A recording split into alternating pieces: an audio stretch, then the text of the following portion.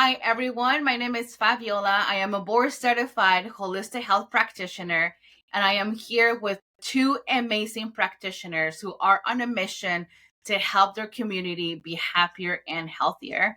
I see so many clients who experience sleep apnea, snoring, kids who experience ADHD. Myself, sometimes I snore and drool at night. So just the fact that these two practitioners are out there really supporting health, I find it totally incredible. And I was in the field of dentistry before I became a holistic practitioner. And I just have a lot of affinity for dentistry. The fact that someone's out there working on the mouth, right? Working on those muscles. I just love it. So I'm super excited to have Ashley Toth and Ashley Babb here. They're here from Ithaca Myofunctional Therapy. So I'm going to let them introduce themselves and then we'll get right into it. Guys, thank you so much for being here with me today. Tell us a little bit about yourselves and what did you start doing what you're doing right now with myofunctional therapy? So we both worked in the dental office, in the dental field, and started our training in 2021. We realized that there was a dramatic influence on the function of the tongue and the whole oral facial structure on not just oral health, but on breathing health and facial development. And so there's a need for it. There's a big need for that to be addressed. And it was actually recommended for my son to have myofunctional therapy. So I started looking into it and realized, like she said, there's a big need, especially in the dental field. We can pick up on a lot of mouth breathing, clenching and grinding. So then I decided to see what it would take to learn it myself. I love it. That's so awesome. So what are some of let's first define, right? So what is myofunctional therapy? I think it's been a little more out there over the last few years per se, but I think most people are not really familiar what that is. So give us a little bit of a 101. Yeah, the actual words orofacial myofunctional therapy broken down mean oral facial muscle function therapy. It's essentially an exercise therapy program for this whole area, the tongue, the cheeks, the lips, the surrounding structures, in order to get them to working together harmoniously. We aim to help our patients breathe through their nose, keep their lips sealed, have proper chewing and swallowing. Those things alone are not usually what people think to come seek us out for, but they affect a lot of things like jaw pain, the need for braces, how we develop, how we breathe, how we sleep.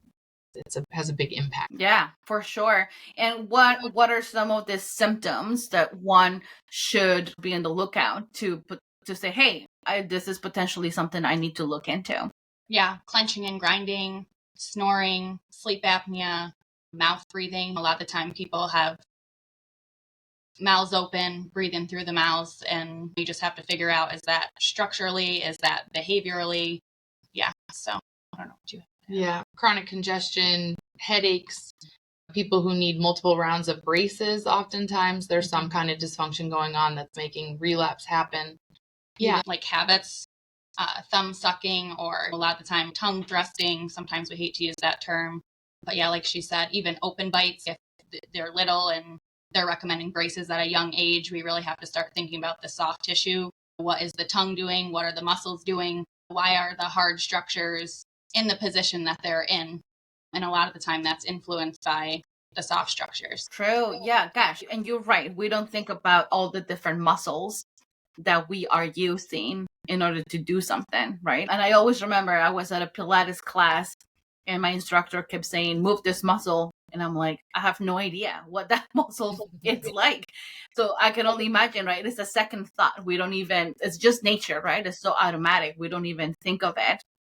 And you mentioned braces, right? I wore braces twice when I was a kid and then when I was an adult. So yeah, I totally can relate with some of the symptoms and some of the circumstances which might drive someone into seeking for help with myofunctional therapy.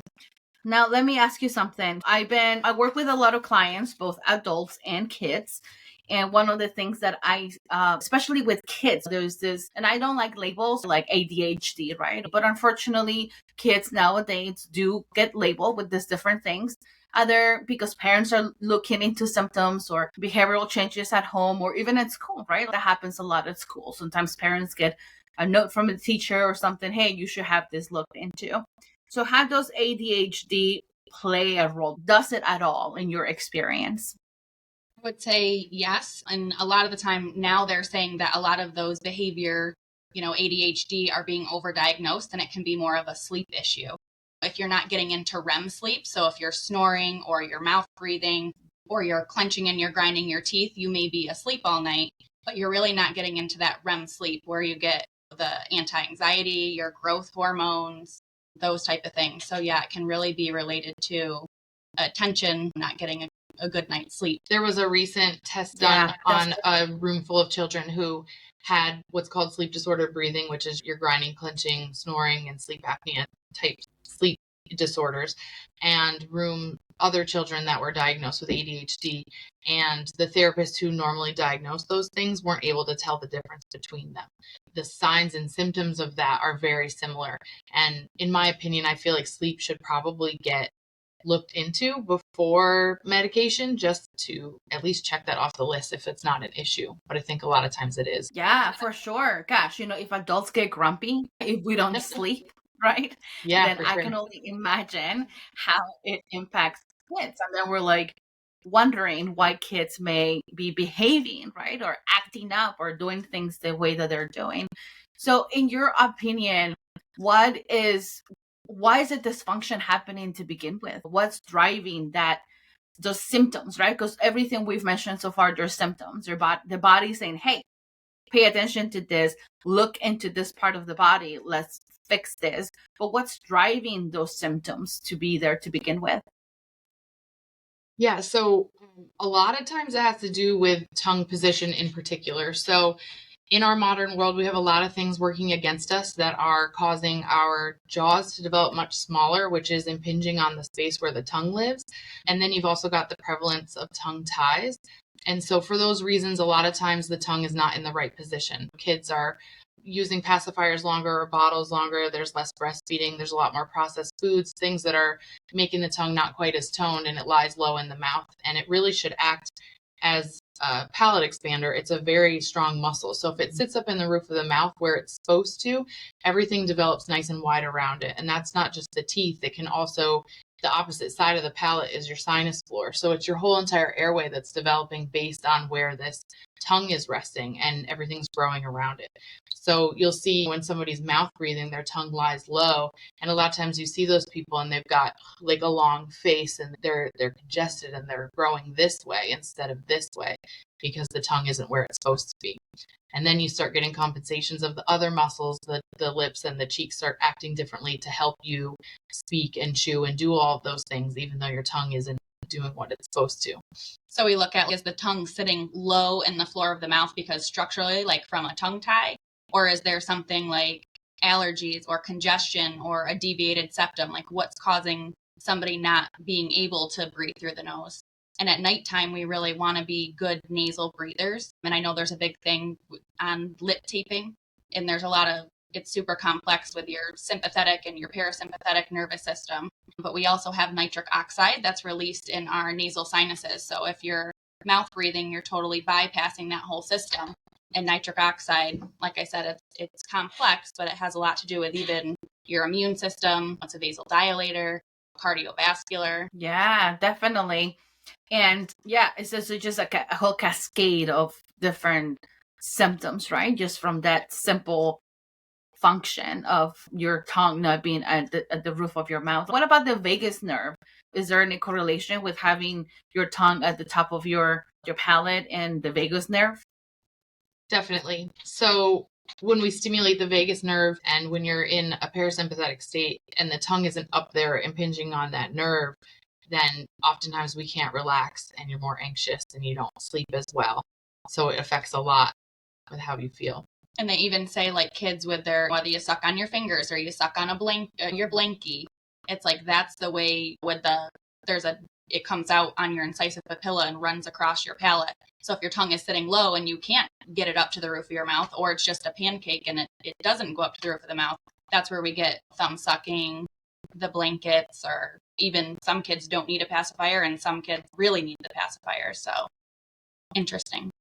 Yeah. Wow. That's amazing and very enlightening. I wanted to ask you something. There's so much information out there in social media, right? And right now, sometimes it's hard to know what's true, what isn't. Every expert has so many different opinions. Every day there's a lot, and people get overwhelmed by all the information that they're getting from many different outlets. But something that I did find very interesting was the folic acid. I think there's been a lot talk about the proper form of folic acid, the overuse of folic acid, the improper form of it. Is there, based on your opinion and your training, is there something you can speak to about that? They are relating, I think, some more of like the tissue underneath the tongue to too much folic acid. Yeah, so it's been an additive in grains, I believe, for decades.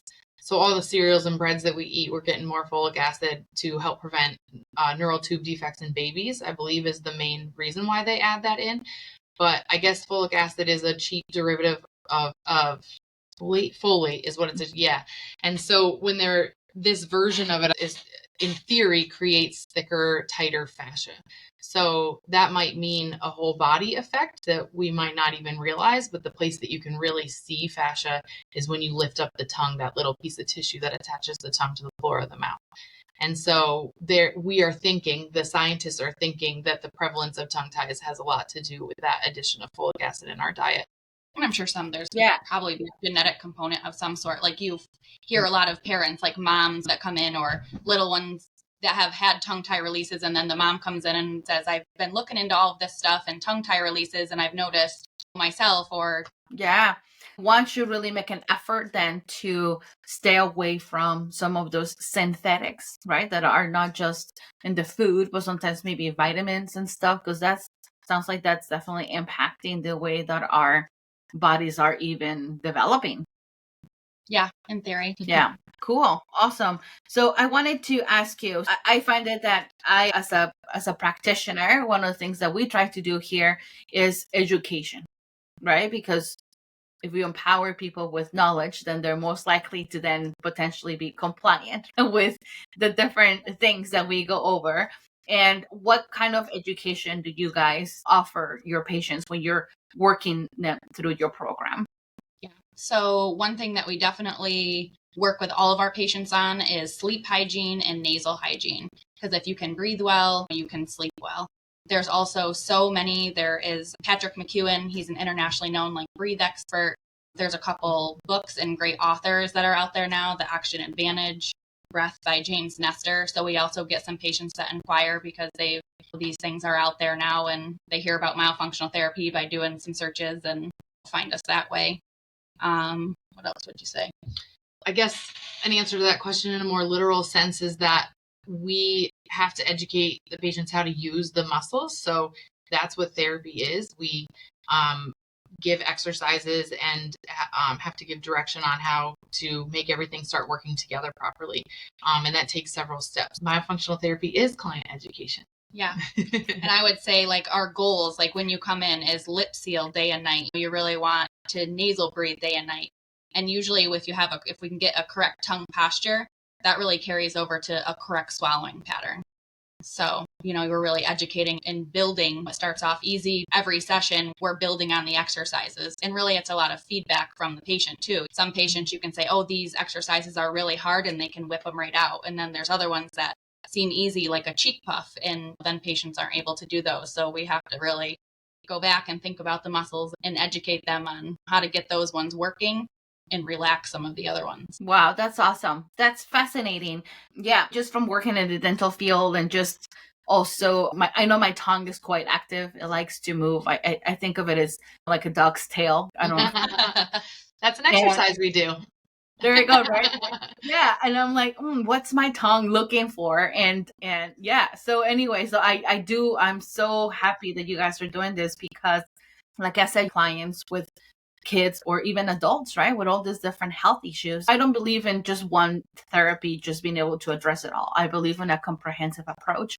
And that's why I love interviewing other practitioners in the community, because this is how we lean on each other. And this is how I take it so far, and then I'm like, okay, good, go and see Ashley, and they're gonna help you. Like right now I have a little kid who struggles with school and attention and some stuff going on at home with changes sometimes are hard, and I'm like, okay, mom, you gotta take, because I can only do so much with supplements and lifestyle, and both of us work on diet, but you get to do the fun stuff, which is like the actual muscle retraining of it. And so I find that fascinating. One question you can definitely ask that like we ask a lot of patients is like, when your tongue's at rest, so like you notice it's moving all around. When your lips are closed and you're breathing through your nose, where is your tongue? Does it sit down low into the floor of your mouth, or is it up high in the roof of your mouth? And usually we don't tell them the correct answer. We really let them think like, where is the tongue? And then if they say, oh, it's up high, you're like, yep, that's right. That's where it needs to be. But if it sits down low, you have to start thinking, why is it down low? Is it because it's inability to get up in the palate, or somewhere along the way, how did it get low? Because innately we should lips closed, breathe through our nose, tongue up into the roof of our mouth. But somewhere along the way, the tongue posture changed, or you have a tongue tie. Yeah, very fascinating. And that is, like you said, it's a muscle. So if you don't use it, if you don't work that muscle, then it's weak, right? So then it leads just to a series of different ramifications. No, that totally makes sense. Do you only work with kids or adults, or you work with some practitioners only work with kids, but I don't know what you do? Yeah, we work with people of all ages. Usually we've tried some mini myo stuff with some little ones like 3 to 4. And it's really about how they cooperate. Can we give them the exercises, and can we get them to do them back? And so really it's just kind of behavior and that type of thing too. And then we have patients all the way. I just finished with an 82-year-old that was trying to get rid of his CPAP. So I can't tell him he can get rid of his CPAP, but he's going to go do another sleep study with a doctor, and he feels a lot of improvement. The hope is that they'll say, yeah, this is to a level that you don't need to use that anymore. We usually say kids aged 5 to 7 can maybe participate in a regular myofunctional therapy program. We give exercises twice a day that take about 5 minutes, and then there's a passive exercise that can be done when you're just hanging out watching TV or if you're riding in the car. But if they are not able to, then we'll do what she was saying, the mini myo program, where we kind of work on more foundational stuff, like really working on the lip seal, nasal breathing. Nasal hygiene is huge. We think that nasal hygiene should be done like when you brush your teeth every night and every morning. It'd be great to just make sure those passages are nice and clear, because otherwise you can't really breathe well if you've got all kinds of inflammation or congestion going on. Yeah, we see all ages. I love it. Oh my gosh, that's so awesome. I love it that you do like the whole package, right? Like the whole family.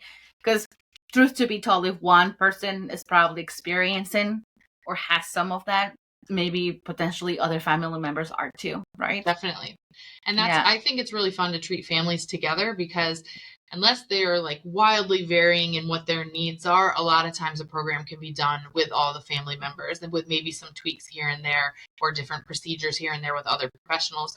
But seeing a whole family, it's fun to see everybody improve together. And I think there's a motivational part of that too, when everybody's working together. And some of the exercises are even fun. Yeah, they could be like funny. A little race, or they're trying to see who can do it better. So it adds a little bit of interest to it. Yeah, for kids and adults. I know that when sometimes doing physical therapy, I'm like, oh, or my chiropractor, hey, you have to stretch. And I'm like, oh, I have to remind myself every day, okay, I have to do the exercises. So when it's fun, then it's less likely to be forgotten. Totally. Yeah. That's awesome. So I have a couple other questions here. Let's see. Sometimes, and this is $1 million question because I get asked this question too. What's like how long do treatment last, or how long does someone is on a program before either they go on a maintenance, or how do you do that? I think it can vary. I would say anywhere from 4 to 12 months. So that's a big range there, but it really depends on what we're doing. If we're seeing a small child who just needs foundational work, or if we're seeing somebody who's also in orthodontia and getting a tongue tie release and seeing a body worker also. There's lots of moving parts, but the time frame in which we do therapy is really important, because if we only do a session or two, you're really not going to get where you need to be.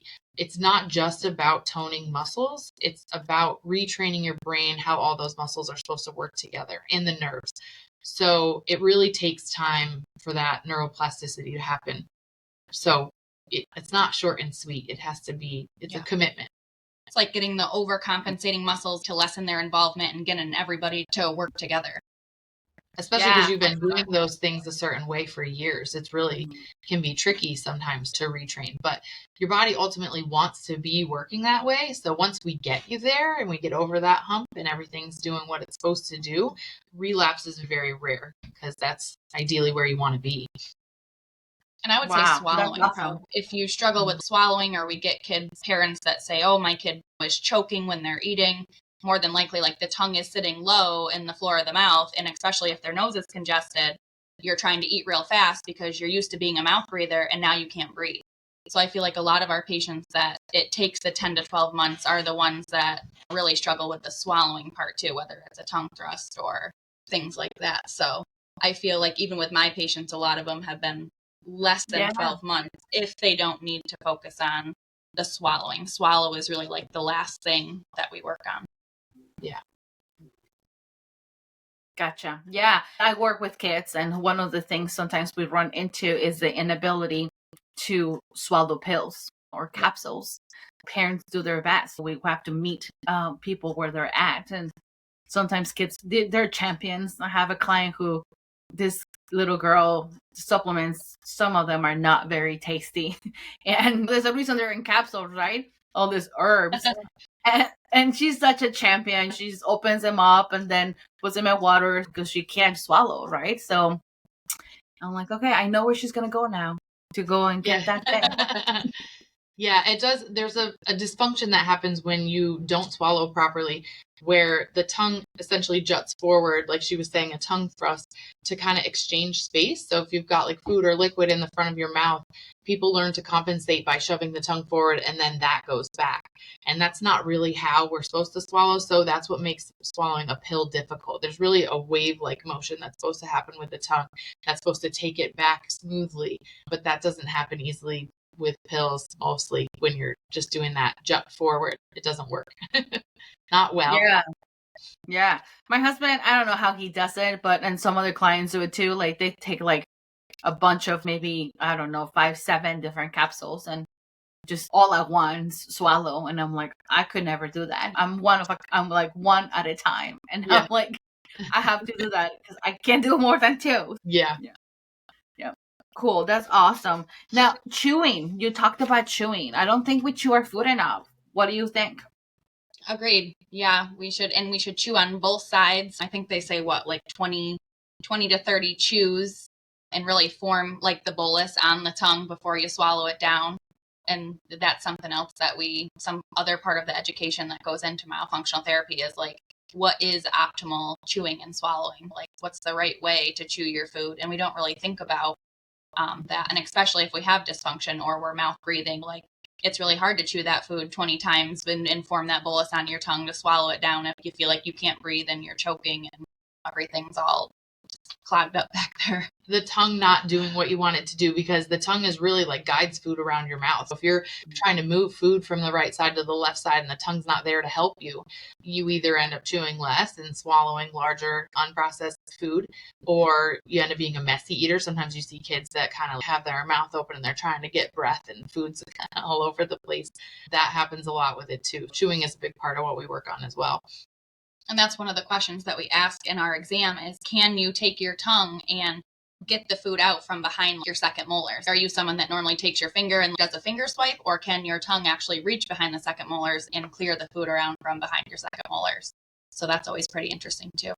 Is acid reflux. A lot of the time people have acid reflux have oral dysfunction or like mouth breathing while you sleep and create that vacuum effect and pulling stuff up. Wow, that's awesome. Yeah, you are right. Yeah, sometimes people reaching for their food, and gosh, that's eye-opening. Like it makes you think, do I have any of these habits, right? It makes you start like thinking, do I experience that? Do I need to go and make an appointment? So no, I love it. That's pretty awesome. Could you share any success stories from patients that you've been working with or have worked with? We've had several. One patient that we had just from lip taping, like our first session, we talked to her about taping the lips while you sleep. And there's some things that you shouldn't lip tape if you are chronically congested. You're under 5 years old, really with sleep apnea, you shouldn't really lip tape. But yeah, she was a clencher and grinder, woke up with headaches every single day. It was probably, I would say, 2 months of just lip taping and some exercises. And she called and said it's literally changed her life. She doesn't wake up with headaches anymore. She's not clenching and grinding. And we didn't really get through so many sessions. So to see that type of result, I would probably relate it more to the lip tape than anything. I thought that was pretty awesome. We do work with some tongue tie release providers locally and outside the Triple Cities. And I've had patients even with like shoulder pain their whole life, or there's a test that we have you do to see if you can suction your tongue to the roof of your mouth. And the tongue could only suction this way, but it was on the same side as the shoulder pain and the shoulder tension. So once they got that tongue tie release, the shoulder tension had gone away. So once the tongue tie was released and we did the exercises, they were amazed with the shoulder tension that was gone. They felt like they could really get the tongue up and do caves or the lingual palatal suction a lot better.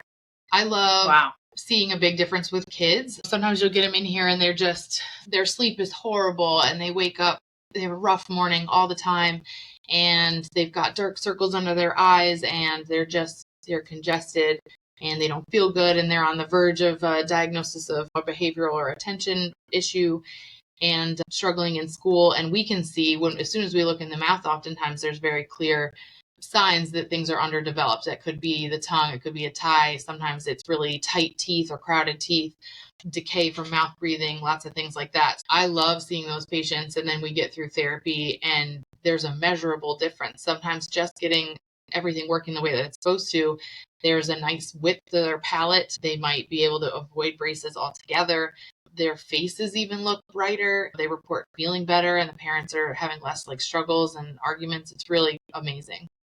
I think lip seal too. Like you notice a lot of the kids when we first take their initial photos, their lips are, or just like the lower lip is pursed open a little bit. And then by the end, they have a really good lip seal. I had one family with drooling. That was mom's main concern, was like drooled his whole life, is in almost going into middle school, feels like super messy, still super drooly. And lip seal was one of the big things, is just really tightening, doing some button pulls and different things. And they definitely seen a difference in messy eating and drooling after going through myofunctional therapy. Seeing that for ourselves can make a huge difference. But then when we started seeing the difference in our own patients. Yeah, you're like, I'm onto something here. Yes. Wow, that's awesome. And I just love it because you're not just correcting the physical aspect of things. Look at the ripple effect that's creating better family relationships, right? Like where you just said it, with mom and kid are not fighting as much, right? Or even maybe between siblings, or teacher has an easier time with the kid has an easier time with the teacher. So I just love that ripple effect. I think everyone can benefit from how much can you relate to it.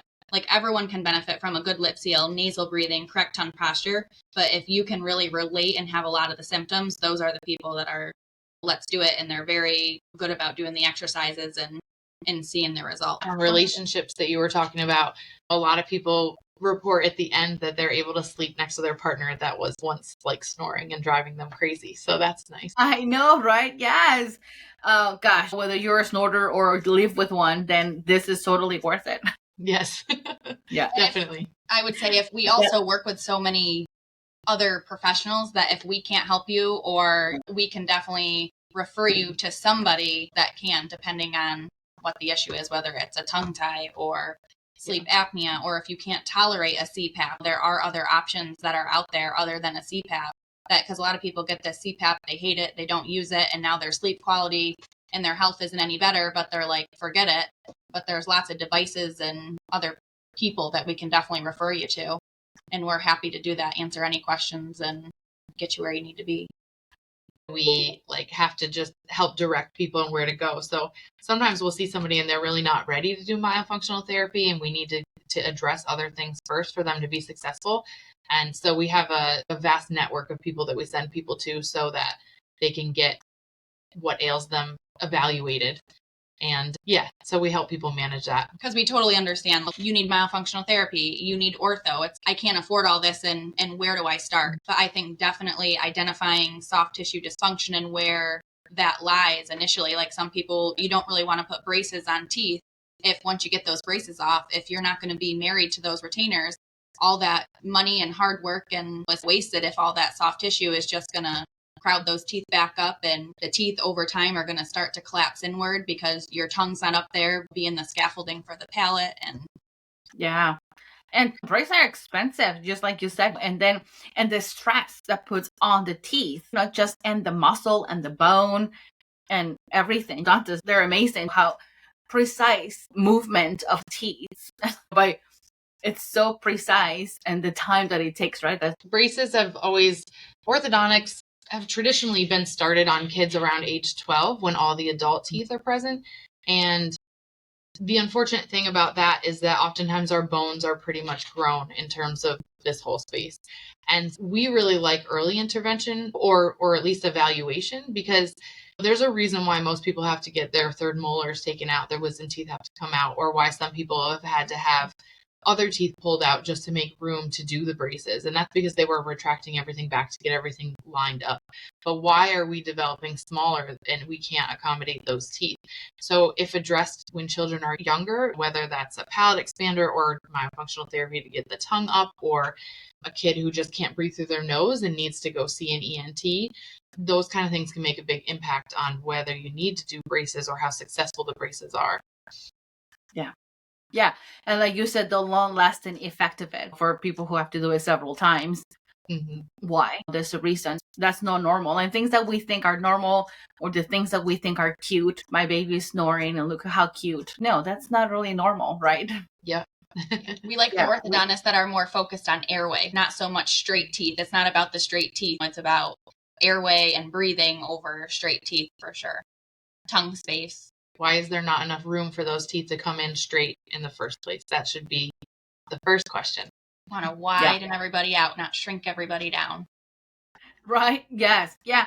And we've just been, and I think it has to do with the chemicals we're being exposed to, the food that we are being exposed to that is not necessarily very nutritious, the highest quality, that we've just seen a difference, right? With the size of our heads, the fact that people have to get, like you said, their wisdom teeth taken out. If it's normal, yeah, it'll happen. Or how the wisdom teeth are coming in, right? They're all impacted and all kinds of different things. The Industrial Revolution, where we were doing started doing like jar baby food and processed foods, and moms are starting to go to work and they're not home, like being able to breastfeed for as long. And that's where some of our trouble started, instead of raw foods and vegetables. And that's another thing that we do. We can recommend all kinds of different cups. What are those cups called? The 360 cups. So there's not more chewing and gnawing on hard foods and stuff than a jar of baby food. Yeah, a lot of the things that we have are causing dysfunction, a lot of convenience food. So not just about it being processed and children not having to actually like work to chew up the food and process it. It's also pouches are obviously really convenient and very popular, applesauce and yogurt pouches. That creates an improper swallow pattern. And that doesn't necessarily mean because your kid used that they can't swallow correctly, but it uses the muscles in a way that they're not really supposed to be used. So there's several things like that, sippy cups, lots of little kid things that are going to affect the way that they grow. And I know with my own experience with my own son, when a pacifier, he had one for far too long. He's one of the kids in the store, like, that kid should not have a pacifier. When you have the pacifier, it ends up lying underneath it. And then it also creates kind of a bubble in the roof of the mouth. So instead of having this nice shallow palate where everything grows wide, you end up creating a vault. Yeah. They say like orthodontically correct on the packages. His lips are sealed and he's breathing through his nose, but his tongue is now forced to stay down low because of the pacifier that's in there. So, and that's interesting because it's tough when your kid wants a binky, and if they're having a hard time, and here you go. And especially if the package is saying orthodontically correct. Okay. Yeah, that's an orthodontically correct pacifier is a major oxymoron. I know, right? Maybe an orthodontist created that to then later on have orthodontic patients. Drum up business. Yeah. I know, right? Yeah. Oh gosh. Yeah, no, you're right. And working out the muscles. And like I said to people, like when you go to the gym, you don't just do one push-up. I wish I could just do one push-up and be done with it, right? And have the muscles you want. But no, it's that consistency, right? Like you said, is that retraining of those muscles. So I love it. Gosh, guys, we've covered so much information. You're just a very well-rounded one-stop shop when it comes to really getting that function. And I love it because I think somewhere along the line, medicine forgot about that there is the head, and that the head is very important. And we often see a lot from here down, right? But what happens here, right? It's so important that the mouth is the gateway to health, right? We know that a lot of times there's been plenty of studies showing that there's not a healthy mouth, and that is going to impact cardiovascular health, that is going to impact brain, that is going to impact digestion. It's going to impact inflammation, everything. So I'm so passionate about what you guys are doing there. And I really, want to thank you for being there for clients, because you're doing wonderful stuff. Thank you. And thanks for having us. We were happy to talk about it. Yeah. How would someone, like, hopefully by this point, someone is, okay, I need to make an appointment. How do clients find you? What's your contact information? You can find us on the web at ithacamyo.com, and there is like a contact us part where you can put your name and phone number in there and your email, and whether you prefer to have a phone conversation or have a conversation via email, we can do it either way.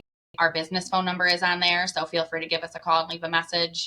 We're also not super active on social media. We've got Instagram, Ithaca Myo, and Ithaca Myofunctional Therapy is on Facebook. People oftentimes, when they contact us, we can start right out with a comprehensive evaluation and really get to work checking everything out if someone knows this resonates with them and they for sure can relate to what we do. But we can also just do a chat where we talk about what we could do for the person, or somebody can tell us about what their needs are and see if we'd be a good fit or how we can help them. We could even do a little virtual visit and have a little talk. Wow. That's awesome. I love it. We'll make sure to include your contact information, your website, your phone number, your email, so that it's easy for people to reach out to you. And before we end, because we did cover a lot, but I just want to ask, are there any last words of wisdom that you like to share with people? Keep your lips sealed. Breathe through your nose. Yes, you want to make sure that your nose is nice and clear. Like I was saying, make hygiene part of your regular routine for your nose. And that a lot of times people think that there's not a problem because it might be going on while they're sleeping. Someone tells you snore and you're like, no, I don't snore. Or you're grinding and clenching and you don't know that, but your dentist might say you have a lot of wear on your teeth or you're breaking teeth left and right. I think it's worth really evaluating what's going on even while you're sleeping to see if something needs to be addressed. And I mentioned that Patrick McEwen, that internationally known breath expert, I think he either wrote the book or he's pulling some of the concepts from a book that says shut your mouth and change your life, which is very true too. Keep your lips closed, breathe through your nose.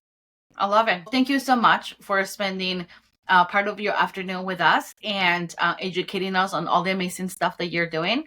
And if anyone has questions for them and you want to just email them, please feel free to do. And then here at the Nutrition and Wellness Center, we're always looking to connect with the community and the practitioners in the community so we can get everyone to be happier and healthier. Thank you so much, everyone who joined, and we will see you at the next talk. Yeah, thank you. Thanks.